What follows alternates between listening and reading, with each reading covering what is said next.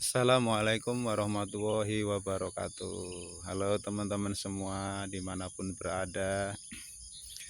Di pagi yang cerah ini ya, tapi agak sedikit mendung. Saya berada di areal pertanian singkong ya. Areal pertanian singkong yang ditanam oleh tetangga saya. Singkong ini adalah sebuah jenis pertanian yang perawatannya itu gampang sekali ya jika dibandingkan dengan pertanian yang lain ya, baik padi, jagung maupun pertanian yang lain ya. Karena singkong ini perawatannya cukup simpel ya teman-teman semua ya. Singkong ini tinggal tanahnya dicangkul, diolah dan kemudian ditancapkan batang dari pohon singkong itu ya. Dan ini tidak memerlukan banyak pupuk ya jika dibandingkan dengan padi ya. Kalau padi itu kan kalau nggak salah itu 3 kali dalam masa pemupukan ya. Kalau singkong ini hanya ditancap di tanah, kemudian dirawat tanahnya dan dicangkul kembali untuk menutupi yang bawahnya itu ya teman-teman semua ya. Jadi biaya dan proses dari singkong ini sedikit ya jika dibandingkan dengan padi ya. Cuma kalau singkong ini untuk menuju masa panennya lebih lama jika dibandingkan dengan padi. Kalau singkong ini berkisar lebih dari 7 bulanan ya teman-teman semua ya. Kalau padi itu hanya berkisar di angka 90 hari atau kurang lebihnya adalah 3 bulan ya. Cuma kalau padi itu yang seperti saya bilang tadi ya, itu biaya perawatannya dan prosesnya itu jauh lebih mahal jika dibandingkan dengan singkong ya. Singkong ini jarang sekali ya yang dikasih dengan pupuk urea atau pupuk dari pabrik ya. Kayaknya jarang sekali terjadi, kalaupun ada hanya beberapa orang saja ya. Kalau singkong ini ya seperti itu, ditancapkan di tanah, tinggal nunggu beberapa hari nanti dibersihkan rumputnya ya, biar agak bersih ya. Tuh biar agak bersih, biar nggak mengganggu dari pertumbuhan singkong tersebut ya. Tapi kalau dari segi pupuk sih kayaknya nggak dikasih pupuk deh ya, baik pupuk urea maupun pupuk kandang kayaknya nggak sih ini ya. Itu kan terlihat dengan jelas sekali teman-teman ya, nggak ada pupuknya kan, itu hanya tanah yang dibikin gundukan ya. Itu adalah biar nanti isi dari singkong ini biar banyak ya. Di sini itu biasanya orang-orang itu menanam singkong itu singkong jenis konsumsi ya. Jenis konsumsi artinya singkong yang bisa dimakan oleh manusia ya. Karena singkong itu kan ada berbagai macam jenis ya. Mulai dari yang konsumsi, kalau yang satu lagi buat bahan tepung tapioka ya, atau tepung aci. Itu singkongnya beda dengan singkong yang ini ya. Kalau ini adalah singkong konsumsi. Kalau singkong yang buat dibikin tepung tapioka, singkong yang berumur 1 tahunan ya. Kalau ini kan hanya berkisar di atas 7 bulan lebih lah ya.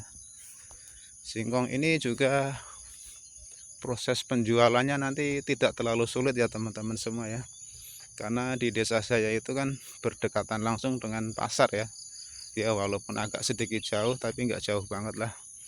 Jadi tinggal mencari pedagang singkongnya, nanti dijual atau mungkin bisa dijual di kebunnya secara langsung ya. Atau kalau misalnya pingin harganya agak mahal ya dicabut sendiri, dibawa ke pasar sendiri, nanti jadi harganya bisa lebih mahal ya. Singkong ini juga tidak memerlukan air yang banyak ya, nggak kayak padi ya. Kalau padi itu kan hampir setiap hari harus ditengokin terus ya, mulai dari pengairannya, dan dia juga harus ditengokin karena padi itu kan banyak sekali hamanya ya, jadi harus disemprot menggunakan pestisida ya. Kalau singkong ini ya tinggal ditanam, ditinggal nggak apa-apa, ini nggak usah harus ditengokin setiap hari ya. Dan singkong ini kebanyakan juga seminggu sekali baru ditengokin, ada juga yang sebulan baru ditengokin ya, karena itu tadi singkong ini kan proses panennya nanti lama nunggunya. Jadi orang-orangnya nggak setiap hari nengokin pohon singkong ini ya. Beda dengan padi. Kalau padi itu kan prosesnya 90 hari, bisa dikatakan singkat ya. Cuma ya itu tadi, biaya perawatannya sangat besar sekali ya. Ini singkongnya berbarengan dengan pohon pisang dan pohon sengon ya. Karena ini berada di areal perkebunan ya teman-teman semua ya. Di areal perkebunan, jadi ditanemin berbagai macam tumbuhan ya. Pisang, singkong, pohon sengon, dan ada juga pepaya ya. Tapi pepayanya nggak berbuah ya teman-teman ya. Mungkin udah habis kali masa berbuahnya ya. Di singkong ini ditanam dengan berbagai macam tanaman juga nggak apa-apa teman-teman semua. Yang penting rumputnya dibersihin saja, di bawahnya biar bersih ya, biar nggak menghambat dari pertumbuhan singkong ini. Singkong ini nanti bisa buat berbagai macam olahan makanan ya teman-teman semua ya. Mulai dari keripik singkong, atau yang direbus secara langsung, atau yang digoreng, atau juga bisa buat bahan tape ya, atau kalau dalam bahasa Jawa Baratnya itu adalah peyem. Ada juga yang buat bahan gethuk ya. Mungkin kalau orang Jawa tahulah bahan gethuk itu ya, itu dari singkong ya. Makanya singkong ini bisa dijadikan berbagai macam olahan ya teman-teman semua ya. Singkong yang dikonsumsi ini bisa buat berbagai macam olahan. Jadinya singkong ini bisa dikatakan nanti bisa dengan harga mahal ya, karena untuk berbagai macam olahan itu tersebut ya. Apalagi biasanya kalau di bulan puasa itu singkong buat bahan kolak ya.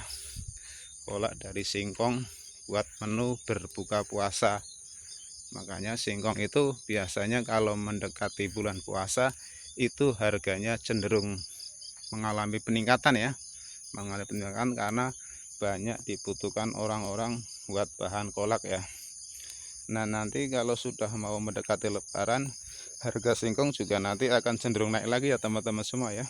Karena buat bahan keripik singkong buat disajikan buat tamu yang hadir pada silaturahmi di hari raya Idul Fitri ya.